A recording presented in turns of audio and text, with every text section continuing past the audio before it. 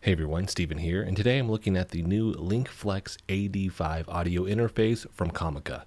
I personally use and have reviewed a bunch of the Comica products, and I really like this brand, so when they asked me to review this product, I was excited to see how this audio interface would perform over my Scarlett Solo.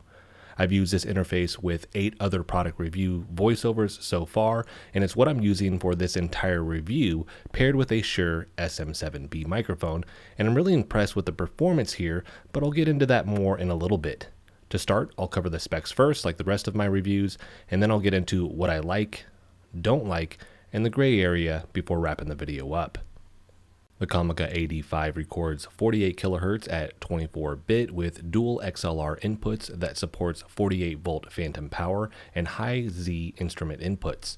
This has up to 65 decibels preamp gain, 115 decibels of dynamic range, digital signal processing, and 3 EQ and reverb modes, which I'll do a sample of in a little bit. This has a 3000 milliamp lithium battery, which Comica says gives this up to 6 hours of operating time with the 2 XLR microphones using the phantom power. This weighs 470 grams, which is just a little over 1 pound.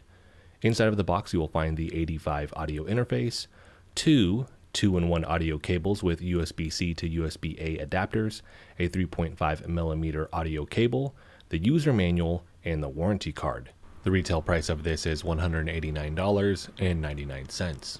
Next, let's look at the panels and inputs, starting with the top panel, which has the LCD screen, mix knob, volume indicator, recording/streaming mode switch button, mute touch button, denoise touch button, and reverb/EQ touch button. The LCD screen shows you mic gain levels in real time, the headphone monitoring levels, the status of phantom power, input impedance, recording or streaming, battery life, denoise monitoring inputs, and loop back. On the bottom, it shows the EQ and reverb settings, which let's go ahead and look at these adjustments now since we just covered them, starting with the denoise touch button. So this is with denoise on, and rest of the video, I don't have any of these settings turned on, so do keep that in mind. It's just really stock with this. But this definitely helps cut out any background noise like the fans from my PC. But I have noticed it can sound choppy at times as it cuts off the end sounds of some of my words. So I do have a tendency to speak softly though, so that may be a factor with this. I'm not sure how much of an impact this would have if you were singing or doing a podcast in a very noisy place, or maybe playing an instrument with this. And now we're back to having denoise off. Next up, we have the EQ settings starting with deep. So this is with deep on. Keep in mind though that these may be more applicable or sound better when using an instrument or singing and not just for voiceover work.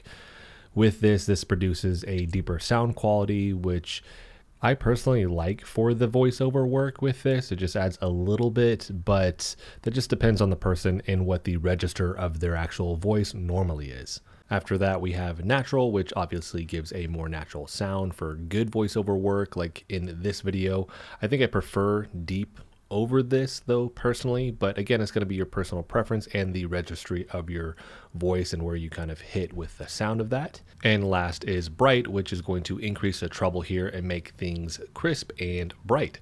So with this, it seems like deep you get more bass, natural kind of evens that out, and then with bright you get more treble.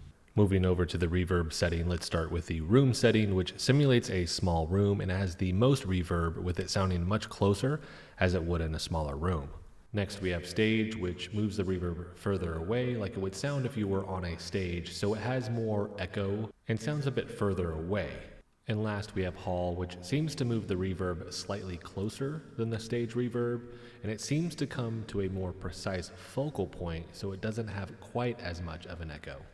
Moving on now to the front of the interface, you have 2 XLR mic inputs. Each have a gain knob, 48-volt phantom power switch, and input impedance switch.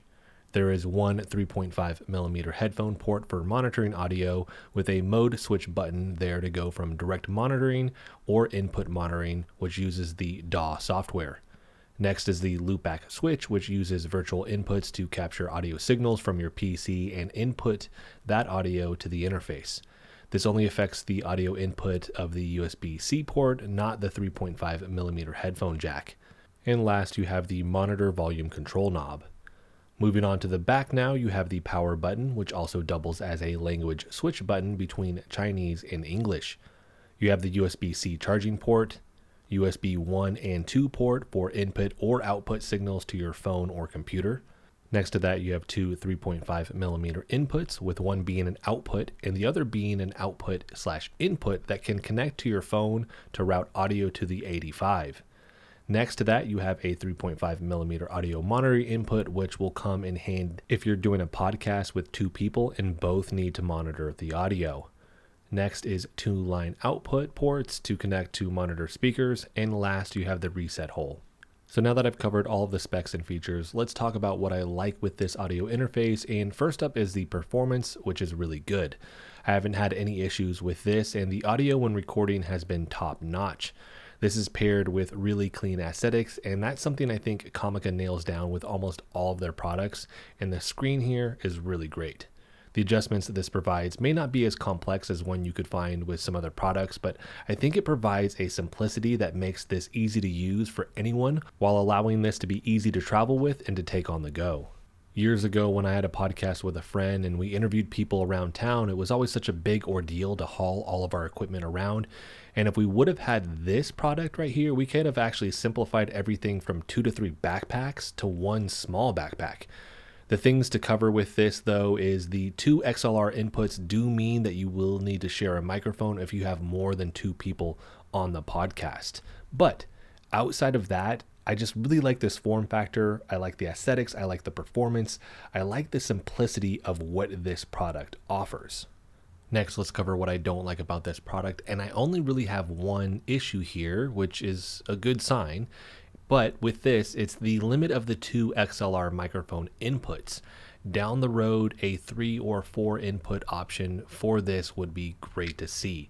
So this would be more applicable to podcasters. I mean, maybe some musicians, but if you're a streamer or a solo podcaster with only one guest at a time, this is going to work great. But I still feel there's a little bit of a limit with this, so that it's kind of boxed itself into a certain niche, right? It's only going to be somebody that has these 2 inputs with it. And that may be an issue too for some musicians. As I mentioned, I'm not a singer, I'm not a musician. I'm not using any DAW software, right? Which is the digital audio workstation software. So I can't really attest to that either. But this may create a situation where you are going to be limited by this if you get this product. So something to keep in mind. Again, I just hope we see one down the road where we do have 3 or 4 inputs for the XLR here. Last is the gray area, which are things you may or may not care about, starting with the placement of the screen, as it makes it harder to mount this under a desk if that's something that you need. I say that because it's actually how I have my Scarlett Solo mounted, and the reason that works is because the display information is on the front, so I can actually still see everything. The way you would actually have to do this is you'd have to mount it upside down, and that's if you don't want to mess with the settings much, because if you turn it upside down, you actually have to tilt your head under the desk just to see what's on the display, just depending on the frequency that you need to look at it. So that'd be kind of a nuisance with that. Next, the FX settings here are good, but they really feel more applicable to singers or musicians. And I just would have liked to have seen some effects added to this. And maybe that could be a software thing. I don't know how you'd update the software with this, but if it could be something that you could add to this, where if you are traveling on the go, because otherwise maybe you are using some type of software on your computer or laptop where you can add in effects for the voice. But if it was built in, just a couple, I think that would be something that would be really, really nice. Again, just making things more simplistic, because I typically don't mess with that software. But I have used other audio interfaces where it's built in to it and it just makes it easy. So I do use it on those occasions. And last, there is no way to adjust the brightness of the LCD screen. It has a bright mode when you adjust anything, and then after about a minute, it'll actually dim, but you don't have any control over that. So it's just those 2 levels of brightness. So that's going to wrap this video up. Hopefully this has helped you understand what this product does and helped you with your purchasing decision when it comes to the Comica AD5 here. If you do have any questions about this, definitely let me know in the comment section and I will answer that for you there. I will have a link for this in the description also if you want to pick it up. As always, thanks so much for watching, If you liked the video, hit the like button for me. If you want to continue to follow along with all my content, hit the subscribe button for me, and I'll see you in the next one.